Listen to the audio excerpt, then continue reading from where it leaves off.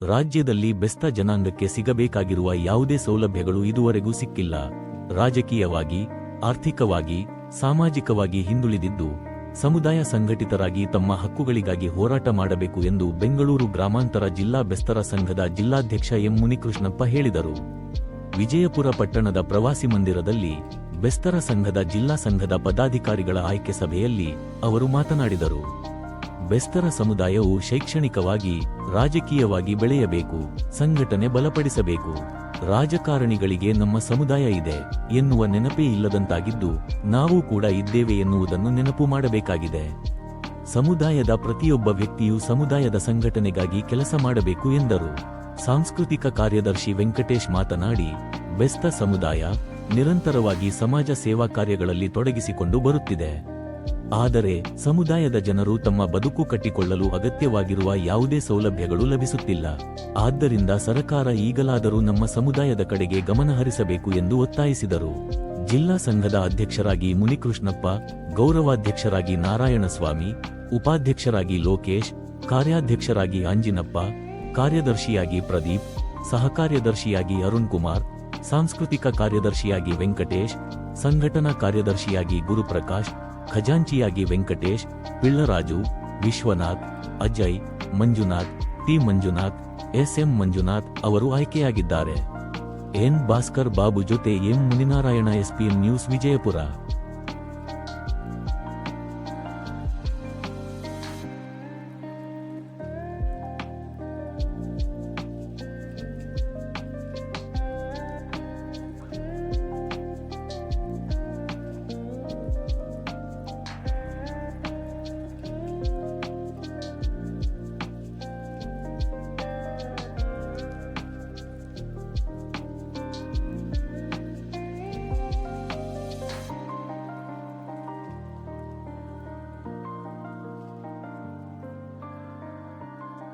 ಬೆಸ್ತರ ಸಂಘದ ಅಧ್ಯಕ್ಷರಾಗಿ ಆಯ್ಕೆಯಾಗಿದ್ದೀರಿ. ನಮ್ಮ 4 ತಾಲೂಕುಗಳು ಹೊಸಕೋಟೆ, ದೇವನಹಳ್ಳಿ, ದೊಡ್ಡಬಳ್ಳಾಪುರ, ನೆಲಮಂಗಲ ನಮ್ಮ ಜನಾಂಗಕ್ಕೆ ಏನು ಅನುಕೂಲ ಆಗಬೇಕು ಅದನ್ನು ನಾವು ನಮ್ಮ ಸಂಘದಿಂದ ಪ್ರತಿಯೊಂದೂ ಅನುಕೂಲ ಆಗೋ ಥರ ನಾವು ಮಾಡ್ತೀರಿ ಅಂದ್ಬಿಟ್ಟು ಒಂದು ಹೇಳ್ತಾ ಇದ್ದೀರಿ. ಮತ್ತು ನಮ್ಮ ಜನಾಂಗದವರು ಎಲ್ಲೇ ಇದ್ರೂ ಅವರು ಮೇಲ್ಮಟ್ಟಕ್ಕೆ ಬರಬೇಕು. ಜಾಸ್ತಿ ಕೆಳಮಟ್ಟದಲ್ಲಿದ್ದಾರೆ, ಅದು ಮೇಲ್ಮಟ್ಟಕ್ಕೆ ಬರಬೇಕು, ಆ ಥರ ಓಡಾಡಬೇಕು ಅಂದ್ಬಿಟ್ಟು ನಮ್ಮ ಸಂಘದ ಒಂದು ಇದರಿಂದ ಓಡಾಡಬೇಕು ಅಂದ್ಬಿಟ್ಟು ನಾವು ಒಂದು ಇದು ಮಾಡ್ತೀವಿ. ಜಿಲ್ಲಾ ಬೆಸ್ತರ ಸಂಘದ ಈ ದಿವಸ ಉದ್ಘಾಟನೆಯನ್ನು ಎಲ್ಲ ತಾಲೂಕುಗಳಲ್ಲಿ ಪದಾಧಿಕಾರಿಗಳೆಲ್ಲ ಬಂದಿದ್ದಾರೆ. ನಮ್ಮ ಉದ್ದೇಶ ಏನು ಅಂತಂದರೆ, ನಮ್ಮ ಜನಾಂಗದವರು ಎಲ್ಲ ತಾಲೂಕುಗಳಲ್ಲೂ ಬೆಳಿಬೇಕು, ಶೈಕ್ಷಣಿಕವಾಗಿ ಬರಬೇಕು, ರಾಜಕೀಯದಲ್ಲೂ ಬರಬೇಕು. ಅದಕ್ಕೆ ಈ ಥರ ಇರೋದ್ರಿಂದ ಎಲ್ಲೂ ಸಂಘಟನೆ ಇಲ್ಲ, ಸಂಘಟನೆ ಬಲಪಡಿಸ್ಬೇಕು ನಮ್ಮವರೆಲ್ಲ. ಅದಕ್ಕೆ ನಾವೆಲ್ಲ ಸೇರಿ, ಎಲ್ಲ ತಾಲೂಕುಗಳೆಲ್ಲ ಸೇರಿ ಈ ರಾಜಕಾರಣಿ ಹೊತ್ತು ಗೊತ್ತಾಗಬೇಕು.